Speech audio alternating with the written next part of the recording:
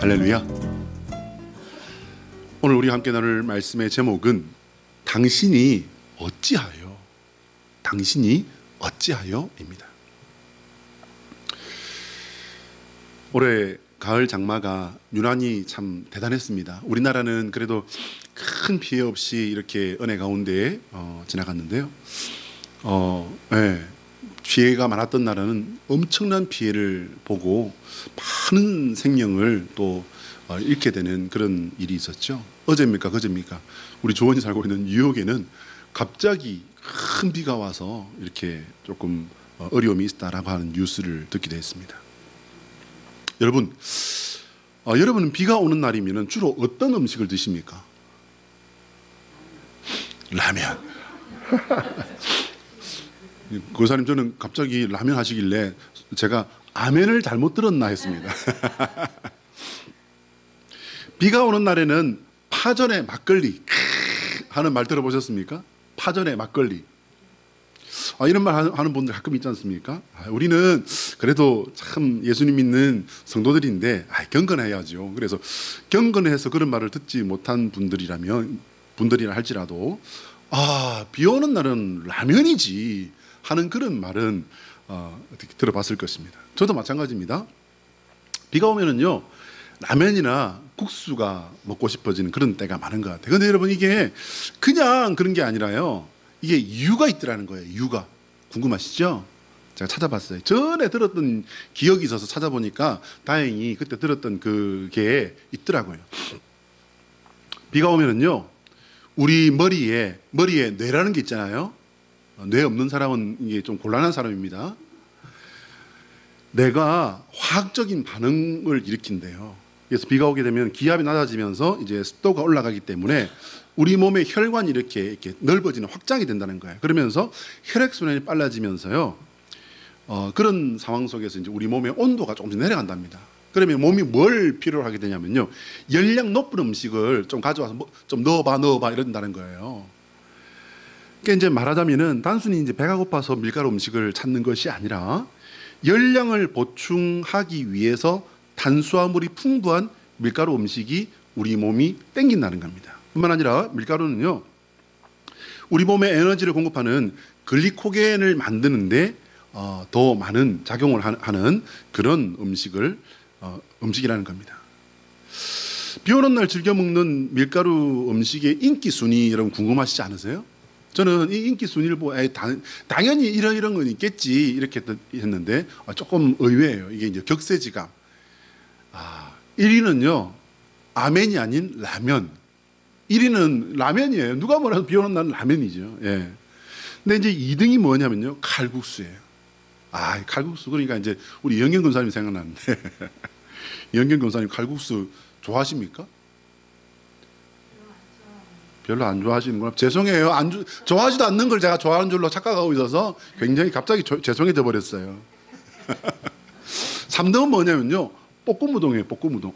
이게 이제 이런 걸 보면은 젊은 세대한테 이게 이제 설문을 했지 않았나 하는 생각이 들기도 하는데, 그 다음이 뭐냐면요 스파게티예요. 저는 파전이 나오지 않을까 했는데 파전은 안 나오고요 스파게티가 나왔다라고 합니다.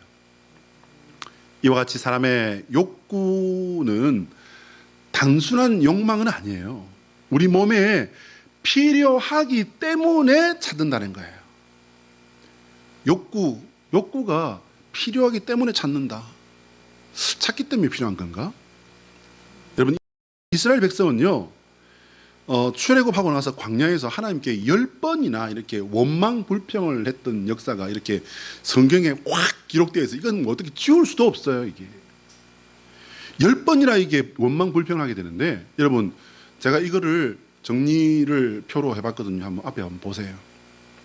보시면요 이제 첫째, 둘째에서 10번째까지 나옵니다. 첫 번째 뭐냐면요, 여러분 잘 보세요. 이게 필요 없는 걸 한 게 있는지 한번 보셔야 됩니다. 첫 번째는요 홍해 앞에서 길이 막혔어요. 죽는 거예요. 뒤에는 애굽의 그 바로가 병거들을 이끌고 지금 오는 거예요. 잡아가려는 거예요. 그리고 또 주동자들, 모세를 비롯한 주모자들을 많이 죽일 수도 있겠죠. 쫓아옵니다. 길이 막혔습니다. 그때 이스라엘 백성이 원망을 합니다. 두 번째, 마라의 쓴물 앞에서 물은 있는데 이 물이 먹을 수가 없는 그런 물인 거예요. 그 상황에서 이제 원망을 합니다. 세 번째, 신광야에서 고기와 떡이 없다는 거예요. 먹을 게 없다는 거예요. 네 번째가 오늘 본문입니다. 시내산 앞에 르비딤에서 물이 없는 거예요. 여러분, 사람이요, 음식 없이는 그래도 조금 견딜 수가 있습니다. 근데 물이 없으면 아무리 오래 살아도 일주일인가요? 죄송합니다. 제가 이건 까먹었네요. 일주일인가 열흘인가를 못 넘겨요. 물만 먹으면 살 수 있는 것이 40일인가 된다고 합니다. 과학적으로 입증된 거예요. 근데 물 안 먹고 살면은 열흘인가 되면은 그냥 끝나버리는 겁니다. 물이 없는 겁니다. 다섯 번째는요, 다베라에서 악한 말을 한 거예요. 여러분, 악한 말이 뭘까요? 어쨌든 이 입으로 죄를 졌다는 그런 말이라고 할 수 있습니다. 여섯 번째는요, 기브롯 핫다와에서 고기를 먹게 해달라고 여기서 뭘 했을까요? 원망과 불평을 합니다. 일곱 번째요, 바란광야 가데스에서 정탐꾼을 이제 보냈는데 12정탐꾼들이 들어와가지고 한다는 소리가 이건 뭐 기가 막힌 말을 하거든요. 들고 온 거는 보니까는 이건 정말 젖과 꿀이 흐르는 땅이 맞아요. 그런데 10대 2예요. 10명의 사람들은 이거는 뭐 우리 가니까 메뚜기더라. 안 돼. 절대 안 돼. 근데 요수아와 갈렙은요, 철없는 소리를 합니다. 저들은 우리의 밥이라고. 근데 여러분, 이 이스라엘 백성들은 어떤 말을 듣습니까? 믿음의 말이 아닌 이성의 말을 듣죠. 여덟 번째는요, 광야에서 고라 일당과 족장 250명이 모세와 아론을 향하여서 이제 폭동을 일으킵니다. 아홉 번째는요, 애굽 출애굽 후 40년 첫째 달에 출애굽 2세대들이 신광야 가데스에서 물이 없고 무화과도 포도주도 석류도 없다라고 이렇게 불평을 하게 됩니다. 마지막 열 번째는요, 출애굽 2세대들이 호르산에서 먹을 음식과 마실 물도 없다고, 그리고 더 이상 이제 만나는 먹기 싫다고 이렇게 원망 불평을 합니다. 여러분, PPT를 한번 잘 보시기 바랍니다. 저 중에서 이거는 필요 없는 거야, 뺄 수 있는 게 과연 몇 개 정도 되는 것 같습니까? 저들의 원망과 불평은요, 괜히 트집을 잡은 게 아니에요. 믿음이 부족해서 그냥 괜히 트집 잡은 게 아니란 말씀입니다. 저들은 충분히 할 수 있는 말을 한 겁니다. 위험했습니다. 목숨을 잃을 수 있는 상황이었잖아요. 위험했습니다. 그리고 목이 말랐습니다. 여러분, 목마른 고통 경험해 보셨습니까? 제가 이제 이렇게 물을 자주 마시는데 이거는 이제 낭낭한 목소리를 유지하기 위해서이지요. 근데 제가 경험했던 가장 힘들었던 목마름은요, 군대에 있었어요. 군대에서 훈련을 받는데 이제 가서 목마르다고 가서 물 먹고 올 수 있는 그런 상황이 아니었어요. 이제 입대를 한 첫 주차 얼마나 뺑뺑이를 돌리고 그렇게 했는지 군화 발자국에 고여있는 그 조금 맑아 보이는 그 물을 엎드려서 마시고 싶을 지경이더라니까요. 그러니까 마셔도 돼 그러면 먹겠더라니까요. 목말랐습니다. 여러분, 이제 애굽에서 가지고 나온 음식들이 조금 있긴 했지만요, 그게 떨어지고 난 뒤부터는 이제 뭐죠? 먹을 게 없었어요. 실제로 그들은 배가 고팠던 겁니다. 문제는 저들이 건의하거나 부탁하거나 물어봐서 질문한 게 아니란 말이에요. 본문의 말씀은 어떻게 얘기하고 있습니까? 원망하고 불평했다는 거예요. 여러분, 사실이 아니란 말이 아니에요, 여러분. 문제는 뭐냐면 원망과 불평에는 이게 문제가 왜 문제죠? 거기에는 생각이 문제지 않습니까? 원망과 불평의 뿌리가 되는 마음과 생각이 어디에 있습니까? 그게 밝은 생각인가요? 긍정적인 생각입니까? 믿음의 생각입니까? 선한 생각입니까? 아니죠. 할 수 없는 말을 한 것은 아니에요. 그런데 같은 말이라 할지라도 원망과 불평을 했다는 것이 문제가 되었다라고 성경은 기록하고 있습니다. 확실히 문제가 있긴 했습니다. 맞아요. 사막길을 그 많은 사람들이 대략적으로 이렇게 생각해 볼 때 200만 정도 된다고 합니다. 장정만 60만 명이 넘었지 않습니까? 이런 사람들이 이런 큰 무리가 이동하는데 괜찮다. 여러분, 그거는 그 말하는 사람이 믿음이 아주 충만한 사람이거나 아니면은 이상한 생각을 하는 사람일 수도 있을 것 같아요. 그러나 저들은요, 마음과 생각과 혀로 죄를 지었어요. 사실은 있습니다. 힘든 현실이 있습니다. 맞습니다. 그런데 그들이 힘든 그 현실로 인해서 상한 마음을 혀와 입으로 내어놓았을 때 그것이 하나님 앞에 죄가 되었다라고 성경은 우리에게 가르치고 있는 것입니다. 지금 우리 같으면 아니 그게 왜 죄가 되냐고, 기분 나쁘고 힘드니까 솔직하게 말한 건데 그게 왜 그게 허물이 되고 죄가 됩니까? 라고 할 수도 있을 겁니다. 어려움을 여과 없이 감정을 쏟아내어서 경건과 거룩과는 반대편에 서 있었던 거, 여러분 이거 발견하셔야 됩니다. 이 사람들은 모세에게 말을 했지만요 결국은 하나님께 말을 한 거예요. 이게 어떻게 그럼 모세가 하나님입니까? 그 말이 아닙니다, 여러분. 과연 그 말을 애굽의 감독관에게 할 수도 있었을까요? 여러분 이거 생각하셔야 돼요. 애굽의 감독관에게도 모세에게 말했던 것처럼 이 사람들이 말할 수 있었을까요? 전 못했다고 봅니다. 결국 그들에게 하나님은 없었던 거예요. 자, 한번 따라할까요? 하나님의 소원은 우리가 예수 그리스도 안에서 신실하고 진실하게 하나님을 섬기는 성도가 되는 것이다. 시작. 하나님의 소원은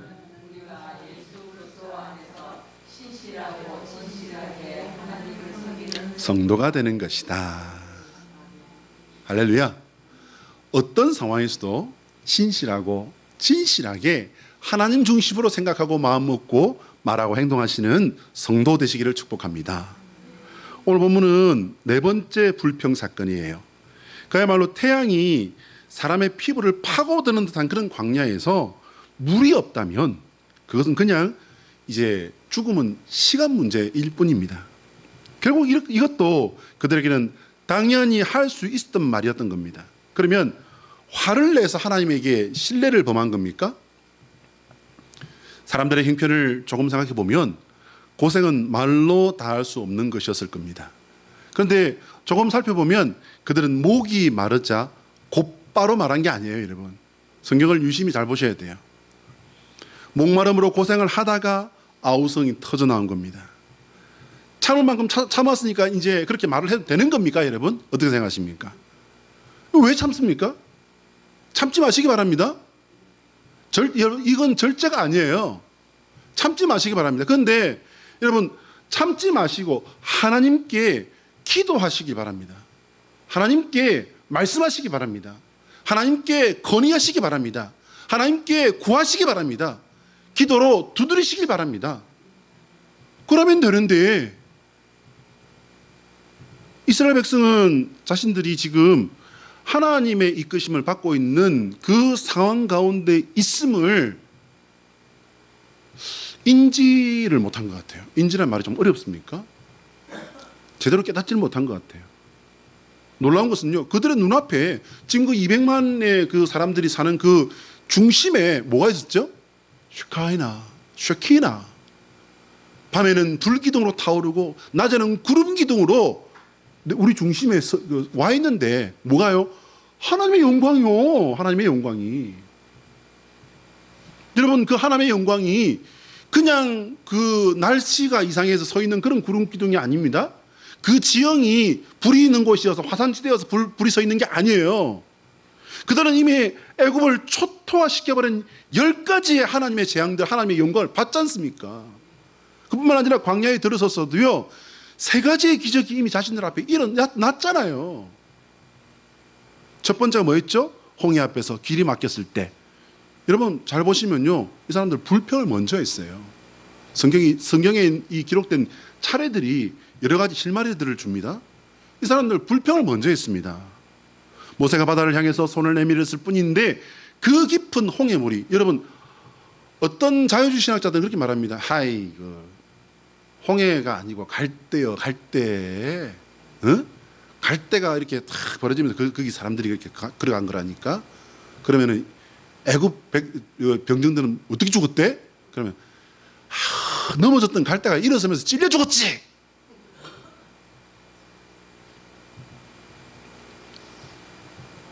두 번째는요, 마라의 쓴 물 앞에서입니다. 아까 말씀드렸던 것처럼 이 목마름이라는 것은 고통 그 자체입니다. 고통스럽습니다. 맞습니다. 근데 물을 보고도 마실 수가 없다면 뭐 얼마나 그게 더 고통스럽고 짜증이 나겠습니까? 저는 지난번 그 성지순례를 갔을 때 이제 광야 공동체, 쿰난 공동체를 이제 보는데 거기서 이제 제법 많이 머물렀어요. 그 이제 터가 넓다 보니까. 근데 그날 정말 더웠습니다. 정말 진짜 더웠어요. 그때 그래서 제가 그래서 이런 길을 만약에 걸어가야 된다. 혹은 또 거기서 걷지않다 할지라도 이런 상황에서 만약에 있어야 된다면 진짜 힘들었겠구나. 정말 힘들었겠구나. 근데 그때 물이 떨어져 버린 거예요, 제가. 저희 집사람 열심히 보대요. 예루살렘에 가서도 그냥 제가 저희 집사람 밀고 다녀야 될 줄 알았거든요. 근데 제가 저희 집사람 찾으면서 다녔습니다. 여기서 번쩍 저기서 번쩍 그냥 열심히 그냥 보고 다니는 거예요. 제가 그냥 나중에는 헐떡거리면서 힘들어지더라고요. 물이 떨어지니까요. 진짜 힘들더구만요. 그런 상황에서 물이 떨어지니까 나중에는 성지순례도 좋은데 물 어디서 좀 어떻게 구할 수가 없나? 이런 두리번거리게 됐어요.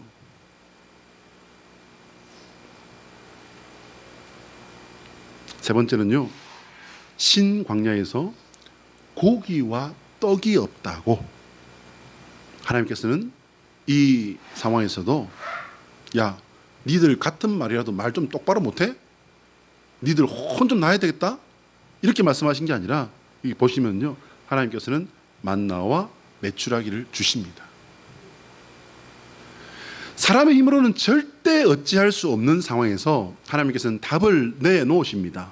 여러분 답만 주십니까? 답만 주신 게 아니라 놀라운 역사를 통해서 그 상황을 해결해 버리시지 않습니까? 해결하셨지 않습니까? 이때 일어나는 사건들은요, 초자연적인 사건들이었어요. 하나님의 필요에 의해서 일어난 놀라운 일이 직접 하나님의 역사로 일어난 겁니다. 예나 지금이나 하나님께서 기적을 일으키신 목적은 분명합니다. 천지 만물의 창조주요 역사의 주관자가 여호와심을 알리시려는 거예요. 여호와께서 하나님이심을 드러내시는 거예요. 하나님은 부끄러움이 많아서 숨어 계신 분 아닙니다. 여러분 오해하시면 안 됩니다. 우리를 사랑하시되 자연의 질서를 잠시 접어두시고라도 우리를 편들어 주실 것을 알게 하려는 하나님의 사랑이요 강력한 의지라는 사실을 여러분 잊지 마시길 바랍니다. 또한 하나님께서 사람들의 원성에 답하여 그때마다 역사를 일으켜 해결하신 거, 여러분 이거 굉장히 중요한 겁니다. 그러면 상식적으로 우리가 생각해 볼 때 사람들이 하나님의 놀라운 역사를 받고 감탄했고, 그렇다면 하나님의 크신 역사를 감사하고 찬양하고 믿음의 마음을 이제 지금이라도 가져야 되는 게 순서 아니겠습니까? 그런데 이들은 달랐습니다.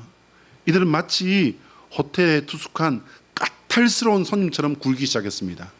여러분 트집 잡아서 막 그냥 갑질하고 하는 그런 손님을 뭐라고 하죠, 여러분?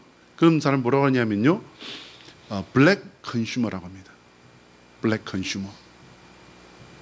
진상 손님이라고 하죠. 전문용어로 진상 손님이라고 합니다. 그냥 그거 넘어갈 수 있는 건데 이게 뭐냐고. 자니 지금 빚들어졌잖냐고. 내가 그 돈 주고 이런 서비스 받으려고 여기 들어온 줄 아냐고. 이게 뭐냐고. 짐대포가 지금 주름이 갔잖냐고.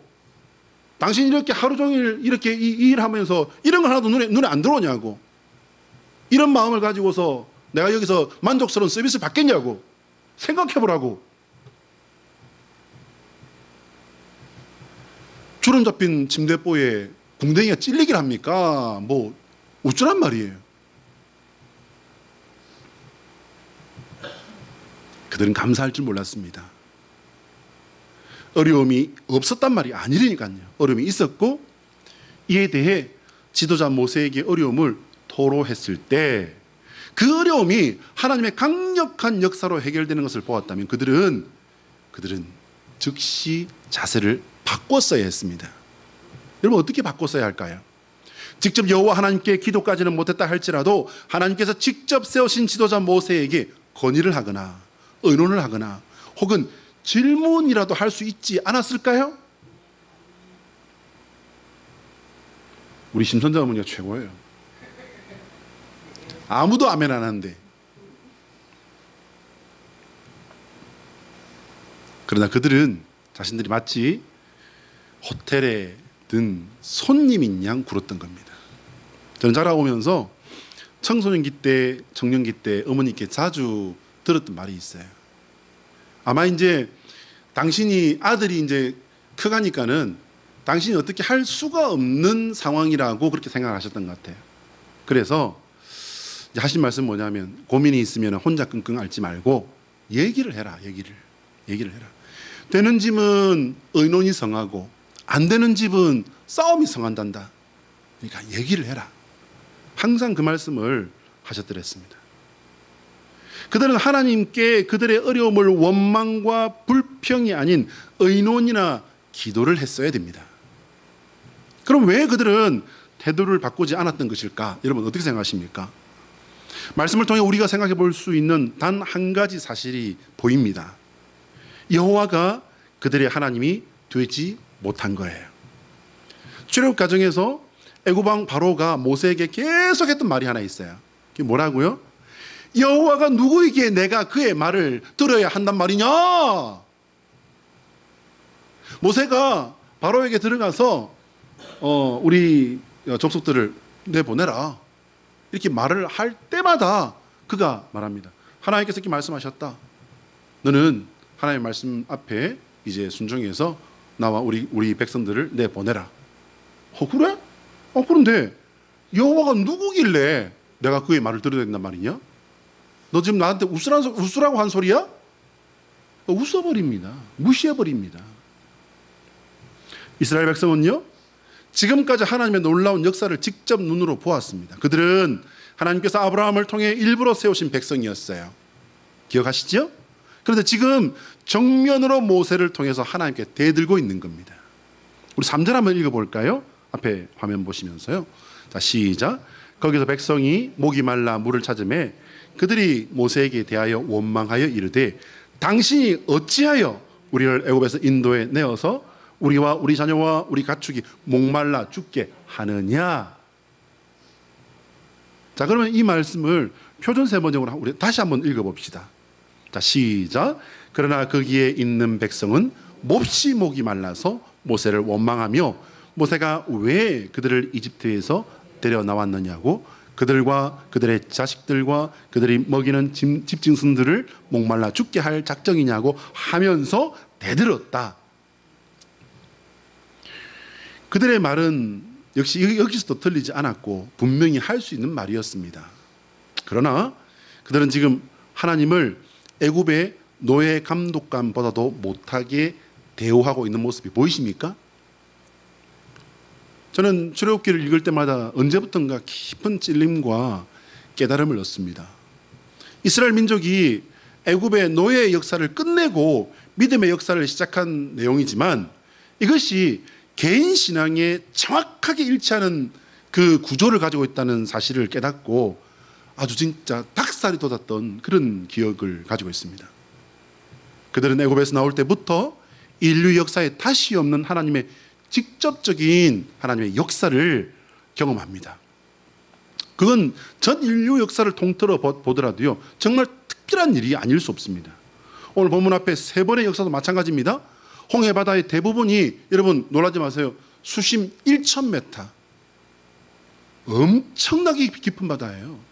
수심 1,000m에 이르는 깊기로 유명한 그런 바다였는데요. 그런데 그 홍해 바다를 이렇게 3차원 입체로 이렇게 쭉 해놓은 이제 이 관련된 그 영상을 제가 오늘 하나 우리 단톡방에 링크를 해놓겠습니다. 올려놓겠습니다. 한번 꼭 보세요. 아주 재미있습니다.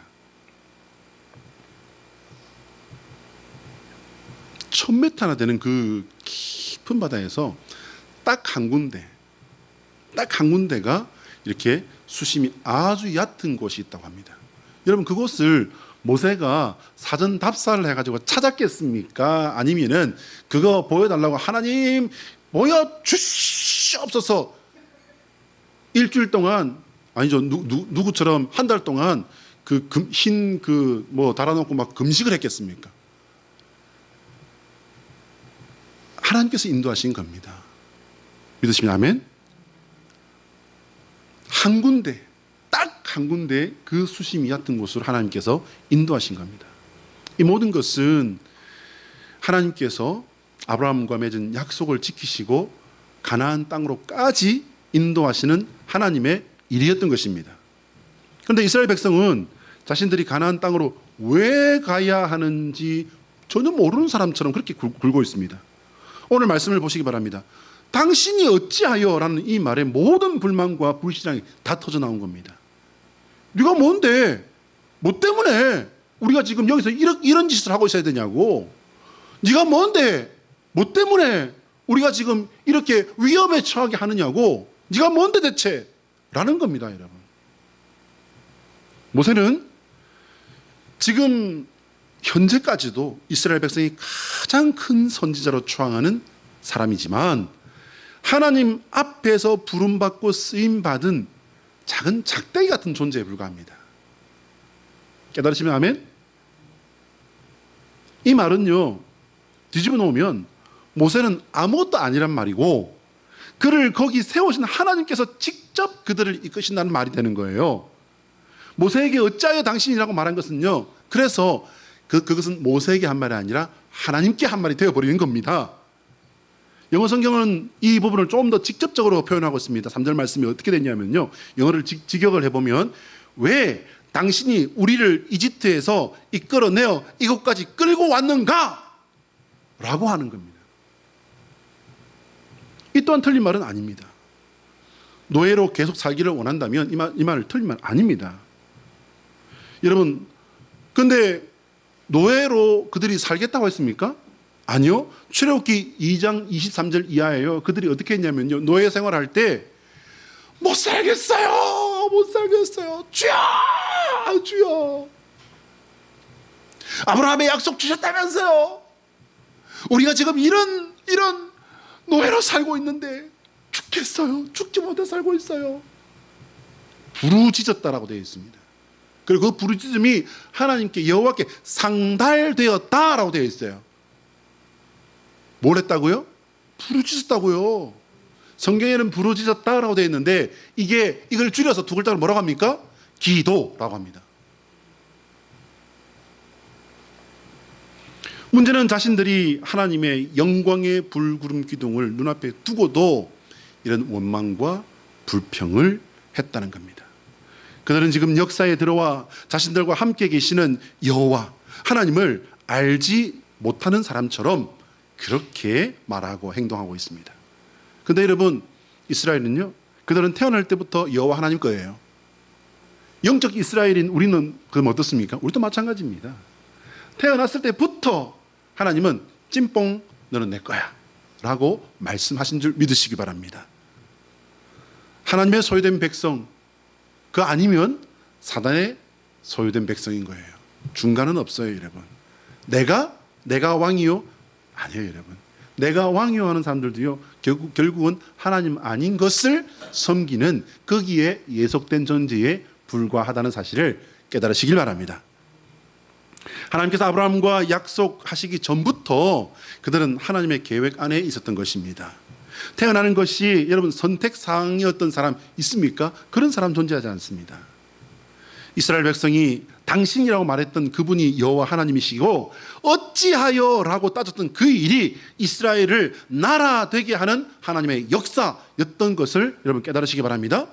당연히 이스라엘을 나라 되게 하신 하나님의 목적은 무엇입니까? 이스라엘을 전 인류의 제사장 나라로 세우시는 것이었고요, 그 백성을 통해서 우리를 구원하실 메시아가 이 땅에 오게 하시는 것이었습니다. 또한 영광의 영으로 오실 때까지, 하나님께서 다시 오실 때까지 하나님께서 사용하기 위해서 아브라함을 가족되게 하시고 가족을 민족되게 하시고 민족을 나라되게 하신 여호와 하나님의 역사를 깨달으시길 바랍니다. 자, 한번 따라 하실까요? 예수 그리스도의 십자가는 오늘 우리가 바라보아야 할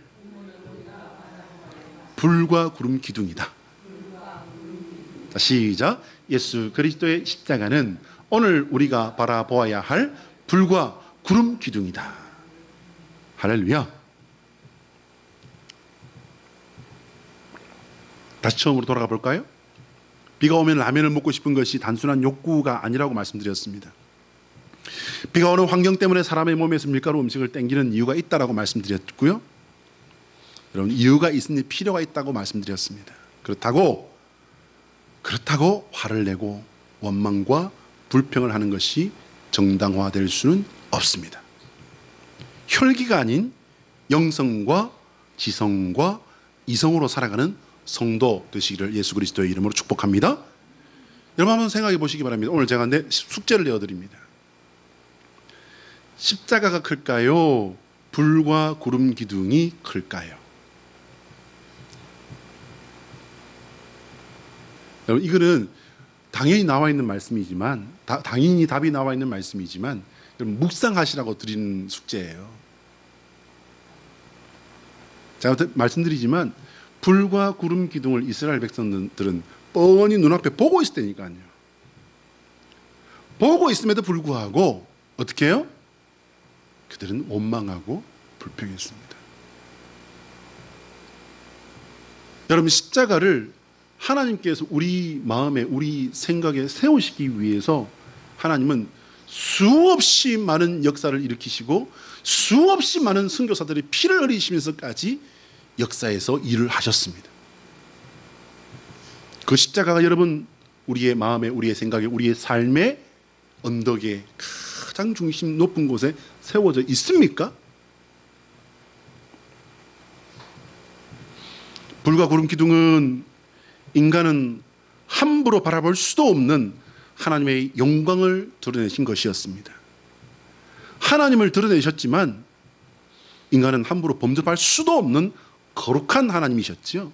그러나 십자가는요, 그 하나님께서 사형틀에 달려 죽어주신 상상할 수도 없는 사건 중의 사건이 바로 십자가 사건이 아닙니까? 어찌하여 당신이라는 질문은 여기서 우리가 하나님께 드려야 됩니다. 제가 죽어야 하는데 어찌하여 당신이 거기서 죽어 주신 겁니까? 라고 여쭈어야 됩니다. 그때 하나님께서 말씀하십니다. 내가 너를 대신하여 거기서 죽었고 그래서 네가 거기서 살았다. 그것이 나의 뜻이다. 너도 받고 모든 사람에게 이 십자가를 전하거라. 이 주님의 말씀을 받으시기를 예수 그리스도의 이름으로 축복합니다. 기도하겠습니다.